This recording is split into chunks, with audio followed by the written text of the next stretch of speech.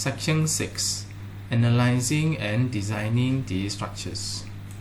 After you have first drafted the structural key plan, you will proceed with analyzing the loads acting on each structural elements, and then designing the structural element in various aspects, both at the ultimate limit state as well as the serviceability limit state, in order to ensure all the structural elements pass the requirements.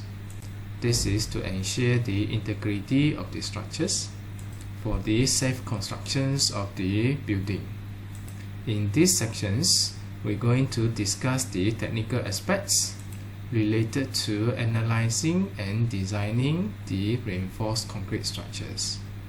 There will be two major aspects to be considered. First, you need to ensure that the design is theoretically viable. Second, you need to consider the practicality of your design, whether it is actually achievable based on the current setting of the local practices.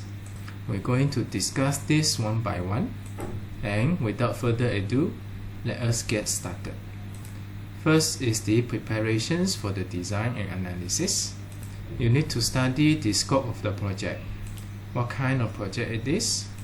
What is the functions of the building? What are the scope of design that you need to cover? Do you need to design all the structural elements? Beam, slab, columns, staircase, foundations? Other than that, is there any other type of structures, such as retaining wall, drainage, or infrastructures? Normally, each project have their own scopes. You will need to know the scope of the project. As far as the assignment is concerned, you will need to read the project handouts in order to understand the scope of the assignment. How many structural elements you need to design? What kind of the structural element that you need to design? Next, you need to identify the source of references. Are you going to use the Eurocode, or are you going to use this BS 110? In fact, there are other codes also, such as SCI and others, which in this case, for the educational purpose, we're going to use Eurocode. There will be EC1 and EC2. EC1 is meant for you to determine the actions acting onto the building, and EC2, it is related to the design of reinforced concrete structures. You need to be familiar with both code and adopt them in the assignment. You will also need to outline and discuss the factors that can affect the design, such as the materials that you're going to use, their properties, the soil conditions, whether it is high load bearing or low load bearing. You might need to consider the access. Is it accessible from the main roads, the groundwater levels? This is likely going to affect your exposure class, the localities, the drainage, the atmosphere, humidity, exposure class, and etc. Some of these conditions are more relevant to the structural design. Some might not be as closely relevant. You will need to find their connections with your design. Some directions that you can consider: the properties of the material will affect the strength of the structures. The soil conditions, in terms of the load-bearing capacity, it will govern the type of foundations that you're going to use. The soil type, the groundwater, it will govern the exposure class for your foundations. The atmosphere, humidities, will also affect the exposure class for your structures. Next, in case of certain informations are not provided in the assignment, which you know that is going to govern your design and analysis, you may make necessary assumptions, noting to your lecturers that you have those taken into considerations. Next, you will need to consider for the local practices. This will need to be reflected in your design outcome, that you are aware of the local practices, as at the end of the day, Theoretically, your design outcome will be used by the local contractor in the constructions of the building. You need to consider from their own perspective, not only just to cater your structural needs. For example, the dimensions of your structural members is designed by you. You can choose to have any size as long as the structures is passed. However, you need to aware that the local industry is still using the imperial system. What you learn in the class, it will be the SI system. That means you are using the mm as a measurement in terms of the distance. The local industry are using inches and feet as their ultimate reference. For that, when you propose the dimensions of the structural member, you need to allow easy conversions from the SI unit to imperial system, which you can have the dimensions in the intervals of 25 mm. You know that 25 mm is about equivalent to 1 inch.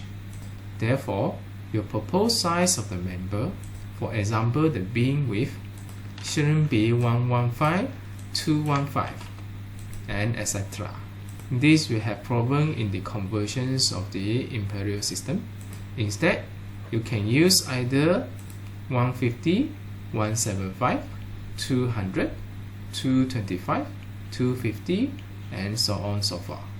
The interval it will be in the mode of 25 mm. With that, it will be easier for the local industry to do immediate conversions in terms of the size of the member in inches. In terms of the detailings of the structural element, such as the beam, column, staircase, foundations, need to be properly produced. This is also a common problem with the students. The main reason it will be the limited exposures to the actual technical drawing. What you can do here is, you will need to sketch the detailings of the members, properly scale, in appropriate size and dimensions, and you need to level it properly. Every single aspect of it will need to be covered, that it should be detailed enough for the contractor to construct the structures on site. You can always ask another group member of you who is not assigned to produce the detailings of the structural element to read through your detailings and imagine how the structures are being constructed. If your member cannot find the heads and tails, or if your member detects some missing part in terms of the informations given in the detailing, then you may do the improvements. You may also check your detailing against your calculation steps. Whichever the design outcome as acquired from the calculation step should be properly reflected in the drawings. And you will need to check against your structural key plan to ensure your detailings is properly referred to your structural key plan. As you know that the structural key plan, it will be the center of reference. The detailing will only be meaningful when the contractor knows specifically which member it is referring to. Otherwise, it will be left to the contractor to guess. Another considerations is for you to avoid beams to be too closely aligned together. Let's say you have two beams running concurrent with the spacing of less than half a meter center to center. This is already considered quite close, although it is still achievable. But is this necessary? And this may lead to difficulty in working with the members. You know that for the constructions of reinforced concrete element, you will require formworks. The formwork is not just a piece of the plywood being assembled together. There will be a lot of bracing, which are meant to strengthen the plywood in order to ensure that during pouring of the concrete into the formwork, the intended shape is not altered. When you have two members closely arranged together, the bracings of the plywood will clash into each other. Although there are always some more creative solutions for that, this comes back to the questions. Is it necessary for you to have two beams closely arranged together? Which on the theoretical aspect, it is in fact not necessary. Therefore, you don't have to make the work difficult for the people working on site. Next, when you have R6 shear link closely arranged throughout a beam member, under such circumstances, there will be a lot of shear links needs to be produced on site, and these shear links are normally produced manually. Normally from the structural side, when you need more R6 shear link, that means the shear loads acting on the member, it will be relatively high. Probably you can increase the size of the shear link, make it into Rx shear link. This will significantly reduce the numbers of the shear links needs to be produced by the worker on site.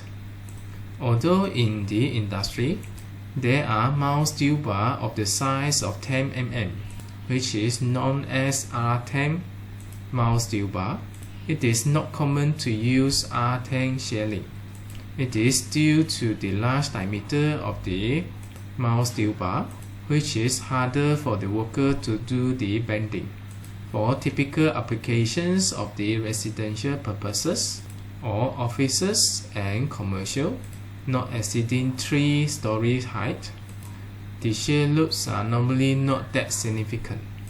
Even with significant shear load, this can be overcome by using a larger size beam section, that the amount of shearing can be reduced significantly. It is not necessary of you to provide R10 shear link. Talking about this shear link, you need to know that Eurocode do not provide any provisions for the usage of mount steel as the shear link. However, the local industry here is still quite heavily dependent on the mount steel shear link. Even though Eurocode do not provide provisions of the mount steel shear link, you have all the right to design your shear link based on the high yield steel bar with the specified yield strength of 500 Newton per mm square or 460 Newton per mm square. However, it is not commonly used in the local industry. It will be good for you to refer to an extended guide that allows the adoptions of the mount steel bar as the shear link. On this note, you might need to search on your own through internet. Next, you will need to consider for the curtailment of the beam and slab as necessary. This is particularly important to avoid congestions of the reinforcement bar at the junctions. You will be introduced with the concept of the curtailment in the coarse reinforced concrete design 1. The idea here is you can reduce the amount of reinforcement bar at certain locations of the members without compromising the strength and stability of the structures. For example, you take this simply supported beam as an example. You know that the regions of high moment, it will be at the midspan.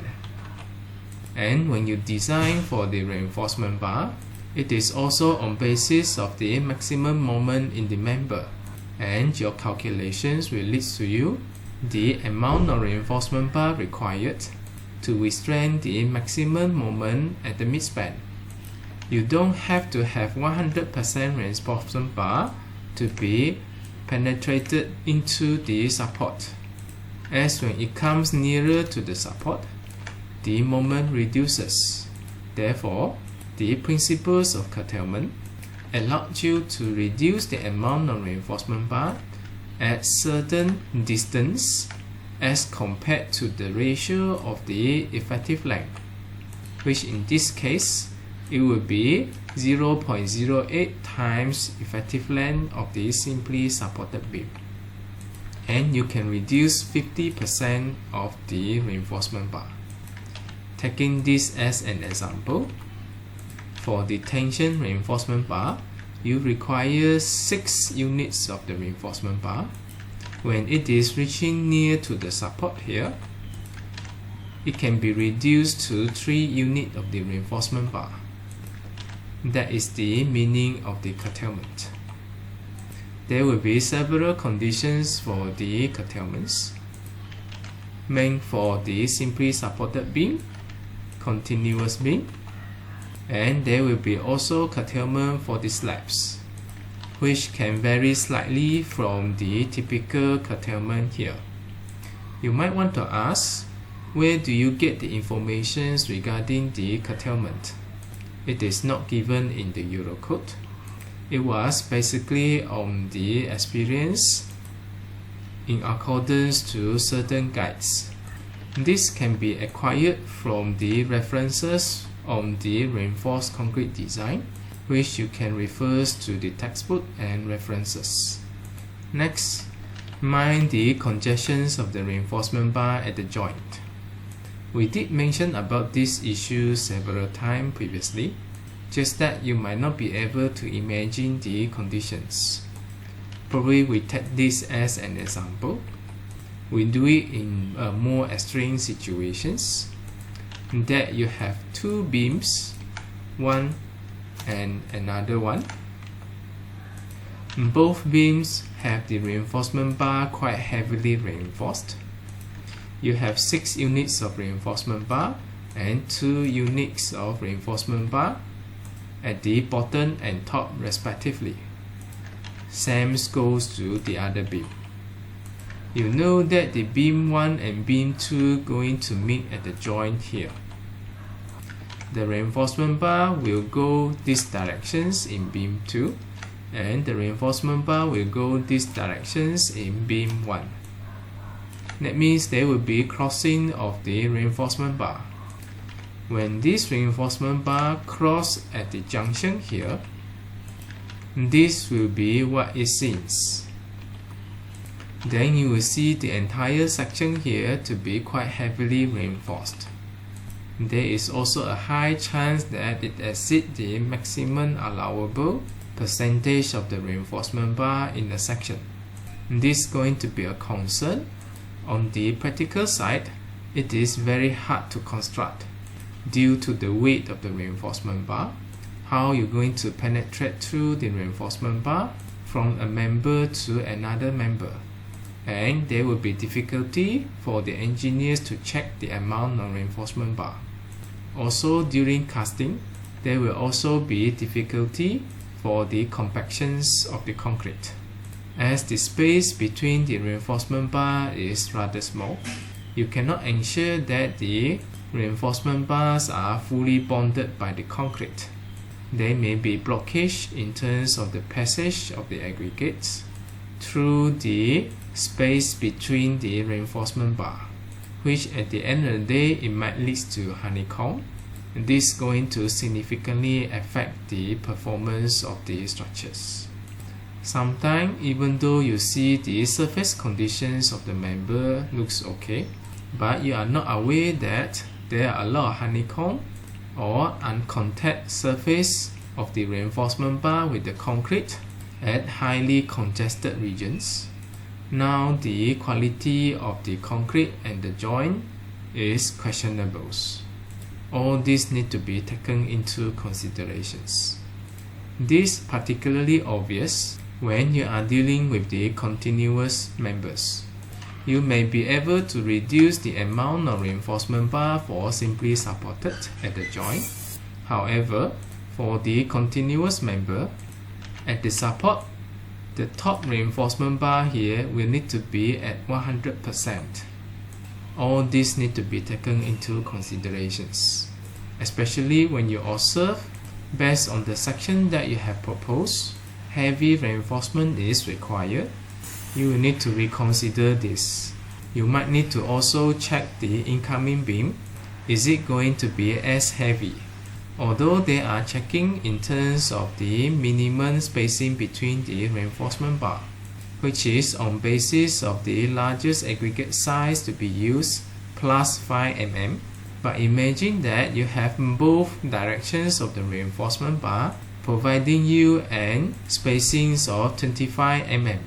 Now your junctions of the reinforcements, it will as if acting as a sieve, which sometimes may affect the flowability of the concrete and blockage of the aggregate.